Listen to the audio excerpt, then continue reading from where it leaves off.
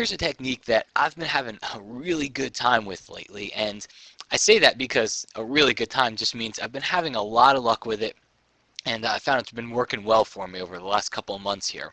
And it's actually something, I showed something similar to it on Photoshop TV. If you don't watch it, you can go to photoshoptv.com, but that's besides the point. I showed something similar on the show, but what I like to do here on the NAP site is when I come up with a follow-up to it, when I come up with something that I think makes it better, I like to kind of give you guys a little bit something extra. So if you didn't see it on Photoshop TV, follow along. If you did, I'm going to go through it again. I've made a couple changes that I think make it better, and then I'm going to show you a great way to finish it off in the end. So what we're going to do here is go to the bottom of the layers palette and create a curves adjustment layer. And what I'm going to do is I'm going to add lighting to this picture here, almost as if it's fill light that wasn't used when the photo was taken, but we're going to add it in after the fact. Now I've got this small grid here. You can hold down that Alt key option on the Mac and you can click in the grid to change it. So it doesn't really matter at this point. All I do is bow this curve upward and I make the whole photo brighter, and at this point I really don't know how much brighter I want it. I just move it up so I can see it and click OK, because we'll always be able to go back and change it. Now, one thing you'll notice here is that the photo is way too bright. So what I want to do is selectively bring back light into places that I want to draw people's attention to, especially on the face here, the eyes, the nose, the mouth, almost as if fill light was used there. So what I'm going to do is, if I fill this, see this little layer mask over here? If I were to take my paint bucket tool, set my foreground to black, and just click on the image, see what happened there? Let me undo. It was white, and now it's black. Oh, I undid too far. There we go. It was white, and now it's black. So that's white, and then that's black. So as you can see, when it's white, well, I can see all the effects of that curves adjustment layer, but when it's black, I don't see any of the effects of that curves adjustment layer. So that stands to reason. If I grab my brush and I select white as my foreground color, why not just start painting on here to start showing through the effects of that adjustment layer? So let me reduce the size of my brush, and watch this. I'm going to paint with white. Maybe drop your opacity down to maybe about 70%. If you've got one of those pen and tablets, this is a great time to use it. I just happen to just be doing with this a brush right now, but this is a great time to use that pressure sensitivity. And watch this. Look at that. Just start painting a little bit of light right back into that photo. Maybe up on the hair here. Just on some areas that we want to draw attention to, okay? And I show you the before and after. That's before, that's after. It's a very subtle change, but I think it makes a nice overall impact in the photo, because to me, she almost looked like she was a little bit too much in the shadows here. And after, I think it adds a real nice lighting effect, and then you can just drop your opacity down.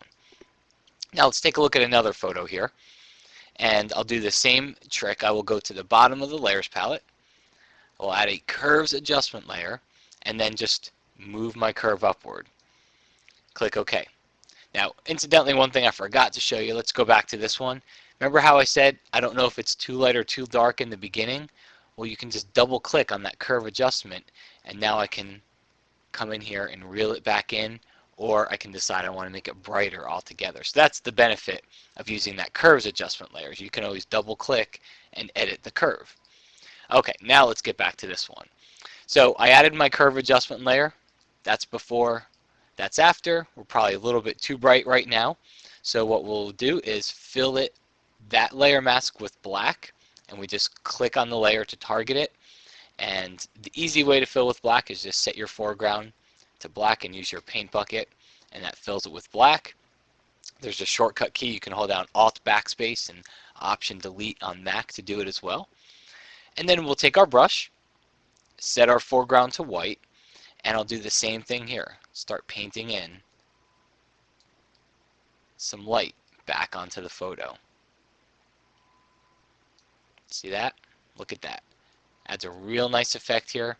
Just selectively paint some light right back in, just to almost make it look like we used a little bit of fill light here when we really didn't.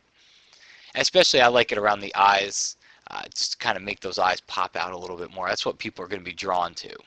Now, as I look at this photo, the before and then the after, as I look at this photo, it looks a little bit harsh to me.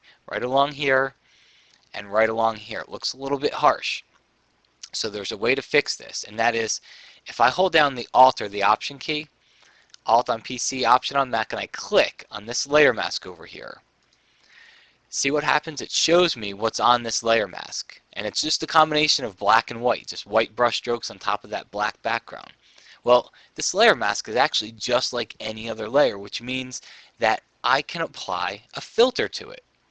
So if I can apply a filter, I can go to Blur, and then I can go down to Gaussian Blur, and watch what I can do. We'll increase the radius, and we'll start spreading out those edges to make them a little bit softer. So now, that's before, and that's after. See how we've spread the edges out? Do it a little bit more here. Don't go too far, but we can get away with pretty good amount here. For a low-res photo, you're probably looking at about 8 or 9 pixels, and for a high-res photo, you might be looking somewhere up in the 15 to 20 range. So that's before, and that's after, so I'll click OK. And then let's hold down that Alt or Option key once again and click on that layer mask. And now let's take a look here. I'll go to my history palette, and you can see the effects. This was before the Gaussian blur, and this is after the Gaussian blur. See how it kind of just smoothed out that transition. And if it's not enough, if you need to take it even further, then just go to Filter, Gaussian blur, and run it again. So now that's before and that's after. So that's a way that you can take this effect further and even smooth it out. So you're not quite spending so much time brushing. Just use that filter to kind of give you a quick way to just even out that lighting that you've added inside here. Well, that's it for this video. Again, I really enjoyed this technique. I find I use it a lot lately, and not just on portraits, but I found that I use it on just about any type of a photo where I want to add some lighting and just draw people through the photo in a very specific way. So don't just use it on portraits. Get out there and experiment to see how else you can use it.